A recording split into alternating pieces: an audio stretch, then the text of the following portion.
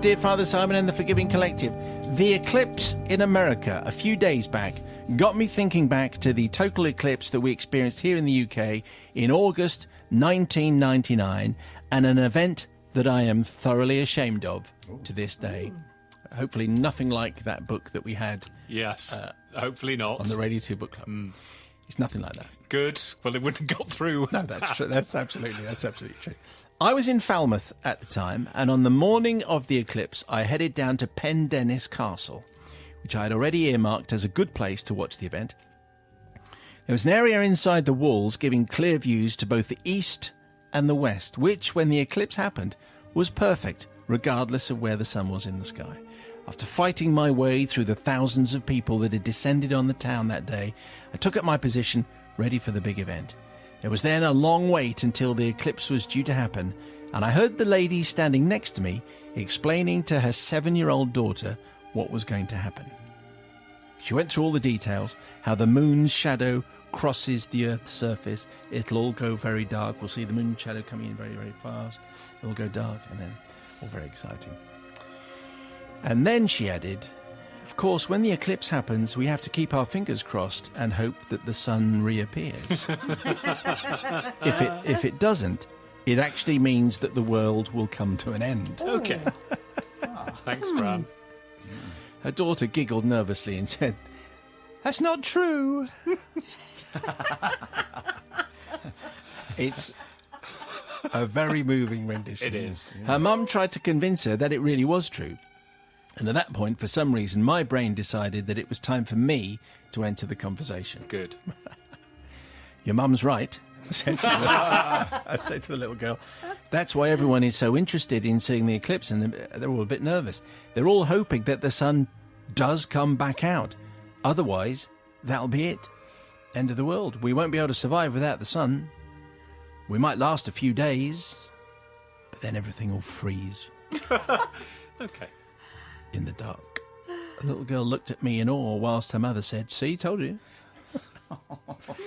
Time passed, and eventually the moment of the big event arrived. It really was spectacular and rather scary as the sky darkened rapidly.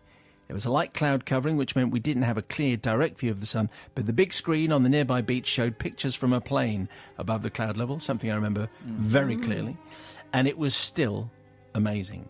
Now, though, we were waiting for the sun to reappear.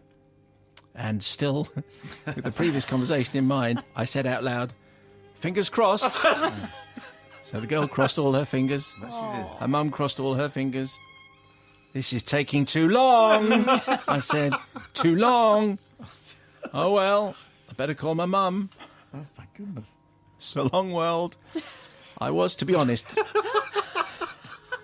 I was frankly overdoing it a little bit at this point. And as the eclipse ended and the sky lightened again, I became aware of the little girl next to me crying her heart out and her mum trying to comfort her. "Too late now, Mum. You set this up." Yeah. It appears, obviously, that she genuinely believed the sun was not going to come back out. The world was indeed going to end, and we were all going to peg it. She had thought that her mum was probably joking until I, Mandy, joined in the conversation, and the words of a complete stranger convinced her that her mum had actually been telling the truth. And I still, to this day, feel unbelievably guilty about traumatising a child in this way.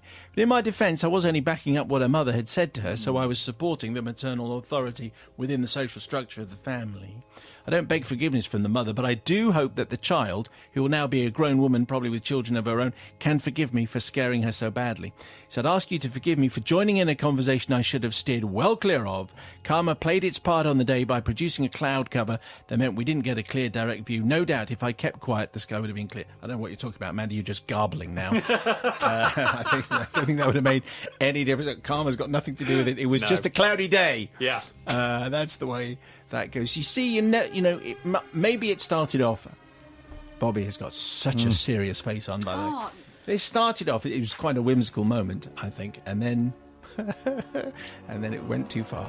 I'm guessing is what Bobby was going to say. Go ahead. Well, no, I was thinking it over through my face. Obviously, that's what you could see, the process going forward. I love this, and I always get involved in those conversations. You know, you overhear something and then you add a bit.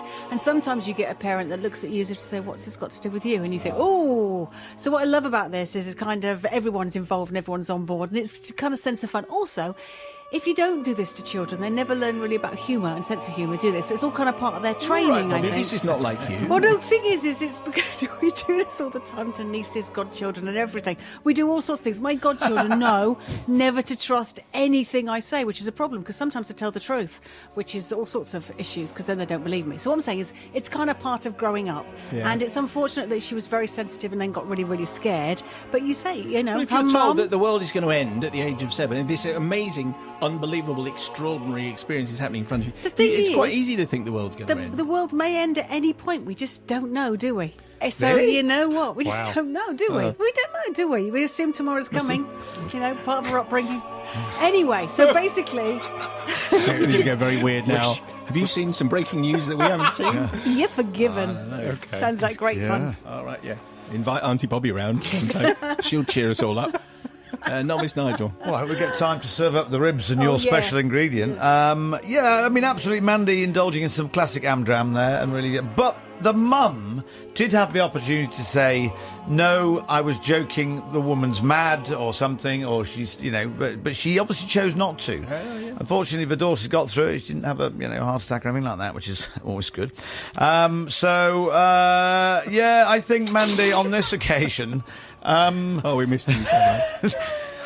Andy, you went too far, but I'm bringing you Imagine back. that. I'm forgiven. You're forgiven, Okay. forgiven.